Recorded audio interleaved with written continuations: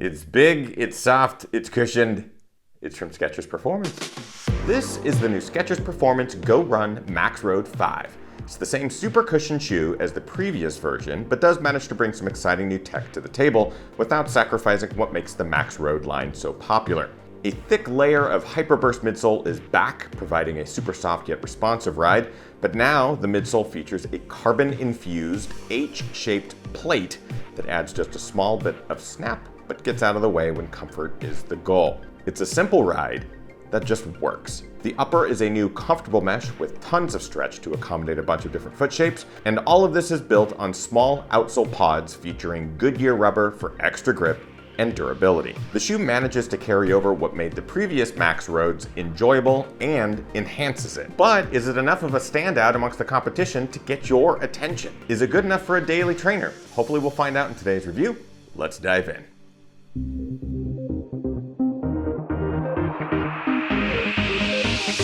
Ginger Runner. What is up, everybody? Ethan Newberry, the Ginger Runner, here for another Ginger Runner review. Today, I'm excited to welcome a shoe from Skechers Performance. We're going to be talking all about the GOrun Maxroad 5. It's a beast. It's big. It's squishy. Just like me. But of course, before we dive into the review, I have a couple of things that I'd like to mention at the top. First, GRGR registration is still open. You can head on over to rungrgr.com to register, September 6th through 12th. Tiger Claw registration is open. You can join us on Tiger Mountain, crushing 25 miles with like 8,000 feet of gain. Run tigerclaw.com. And finally, I have to point out that these shoes were provided for review by Running Warehouse. I am under no obligation to say anything positive or negative about the shoes. I'm not financially compensated for this review, and no one has to approve anything that I say. You're the first that gets to see this review, other than myself.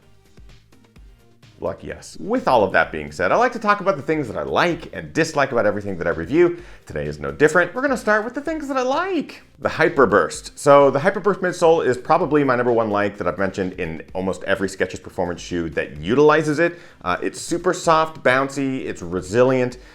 Here it is a really comfortable platform. You have a ton of it underfoot, 33, 39 stack height with a 6mm drop. The Maxroad 5 features a carbon-infused plate through the midsole material. It's an H shape, which I can only imagine goes that way, not by having multiple points where that plate can sort of flex and align with your foot. It doesn't get in the way. So you're not getting one of those super stiff race-ready shoes. You're getting something that's a bit more resilient, a bit more friendly underfoot. That in combination with the Hyperburst makes for a really fun ride. The upper, I have to say, it's extremely soft and comfortable. There's not much to it, so the simplicity of the shoe is certainly a selling point to me. I just like the sort of bare bones, gets you what you want without too much fuss or over designing. The upper, being a new material, new mesh, it's super stretchy, it's soft, it's breathable. It's also very lightweight. There's not a lot of overlays that get in the way. So I think the redesign here in this new version is solid. I think it works well. It's holding up pretty dang good. It's not without its caveats, which I'll get to later in this review. But overall, I'm pleased with how the upper feels. It's comfortable, soft, yummy. Lightweight. So for a shoe that has a lot of girth, it is a max cushion shoe. It does not pack a lot of pounds. The shoe weighs in my size 11, at 269 grams, which is 9.4-ish ounces. It's a very lightweight shoe for something that does provide you with so much cushion underfoot. Again, going hand in hand with the simplicity of the design and the simplicity of the materials, the shoe doesn't fight you, and that lightness, that light weight on your foot just makes it sort of disappear. So there's a lot going for it. I'm pretty pleased with the Maxroad 5. That being said, it's not all fondue pots and panda chocolate. There are a couple of things that I dislike about the Skechers Performance GOrun Maxroad 5. Let's get to those now. Fit. And this kind of goes hand in hand with the upper issue that I mentioned a little bit earlier. Because that upper is so comfortable and so stretchy, it is very accommodating. That's a plus, but it is quite difficult to get a precise fit in the shoe.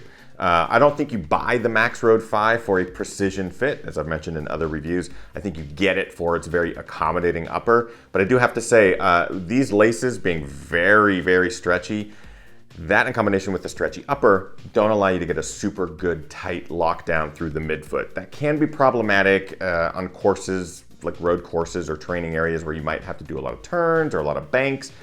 your foot wants to slide a little bit in that shoe. So the fit is not perfect. So while it will work for a wide range of feet, it may not work for every foot perfectly. Kind of like my sense of humor. Hyperburst. So yes, I love the midsole. I think it's super good. It's soft, it's absorbent, but one thing that I'm noticing specifically in the Maxroad 5 and have noticed less in other Skechers Performance shoes is the durability is not there. The outsole being comprised of some rubber pods with the Goodyear rubber, which is good and fine for traction. There's a lot of exposed hyperburst. And unfortunately, it's really wearing down. It's breaking down a bit prematurely compared to my experiences in the past with hyperburst. So it's a bit of a surprise. I don't know if it's because of the amount or maybe they changed something.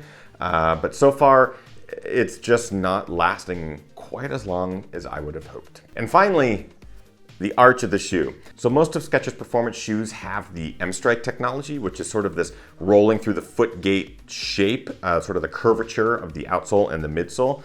This has it. But what I'm really noticing is a large amount of midsole coming up into the arch. If you have low arches, you'll feel it. The more you run in it, the more it begins to flatten down a little bit, the more that your feet get used to it. But for me, still, with about 80 miles in the shoe, my feet sort of want to roll outwards purely because of the amount of midsole through the instep. Just something to note, it's not a deal breaker. It is a very minor little nuance, so just be aware. But that is it for all of my dislikes. Let's get to the breakdown where we talk about 5 different criteria: build quality, comfort, fit, price, and looks, starting with build quality. So it's okay. I like the materials. I like Hyperburst. I like this new upper. I think it's the implementation of the materials that's sort of a bit off. The breakdown of the Hyperburst, the stretchiness of the upper.